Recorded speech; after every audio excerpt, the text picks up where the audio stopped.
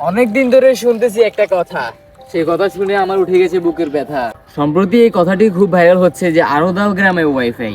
হ্যাঁ, এই কথাটি যারা বলতেছেন তাদের মধ্যে একটু কমন সেন্স থাকা দরকার। যদি গ্রামে ওয়াইফাই না দিত, এই সবুজ সৌন্দর্য কিন্তু আপনারা দেখতে পেতেন না। যারা শহরে আছেন, চার দেওয়ালের মাঝে শহরের বদ্ধ ভিডিওগুলো দেখতে দেখতে মানুষ ত্যক্ত। গ্রামের এই সৌন্দর্য না দেখায় মানুষ হয়ে যাচ্ছে বিরক্ত। গ্রামীণ একটা মহিলা তার স্বামীকে পান বা চা খাওয়াচ্ছে, এটা ভিডিও করে ছাড়ছে। এটা দেখে আপনারা মজা নিচ্ছেন আর বলতেছেন গ্রামে কেন দিয়েছো ওয়াইফাই। আমি বলতেছি না মেয়েটি খুব একটা ভালো কাজ করছে বা অনলাইনে ছাড়ছে, আমি এটার পক্ষেও না।